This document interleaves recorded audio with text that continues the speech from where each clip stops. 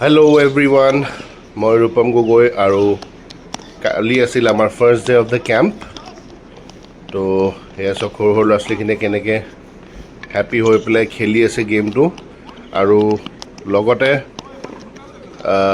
যিখিনি আমাৰ upcoming students, আমাৰ টোটেল কালি 5গৰাকী ষ্টুডেণ্ট আহিছিলে, কিন্তু যিহেতু আমাৰ 14জন ষ্টুডেণ্টৰ নাম এলট হৈ আছে, তো কালি 5জনে আহিলে। যিহেতু এতিয়া গৰমটো অলপ বেছি পৰিছে, হয়তো তেওঁলোকে ভাবিছে ৰ'দ পৰি থাকিব, কিন্তু আমাৰ এই কোৰ্টখনৰ পিছফালে যিহেতু 3টাকৈ ঘৰ এনেকৈ আছে, তাৰ কাৰণে আমাৰ ইয়াত ৰ'দ বেছি নপৰে আৰু ল'ৰা ছোৱালীয়ে ইমান কষ্ট নাপায়।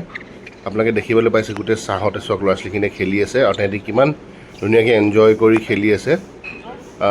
প্ৰতিটো মুহূৰ্ত মই কেপচাৰ কৰিব বিচাৰিছোঁ এইখিনি সময়ত, যি এই 10 দিন মই কেম্প কৰিম, কাৰণ এই সৰু সৰু ল'ৰা ছোৱালীৰ লগত কাম কৰাৰ মজাটোৱে বেলেগ, আৰু তেওঁলোকৰ মনৰ যিটো শান্তি বা তেওঁলোকে যিটো হেপিনেছ ফিল কৰে, সেইটো ইয়াত দেখা পোৱা যায়।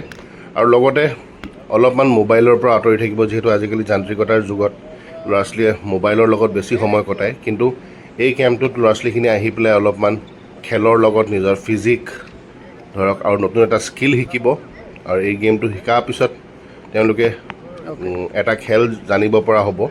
তো এই 10 দিনততো ধৰক আমি ইমান বেছি তেওঁলোকক দিব নোৱাৰিলেও, কিন্তু এটা স্কিল তেওঁলোকক শিকাই দিম যে টেনিছ বস্তুটো কেনেকুৱা হয়।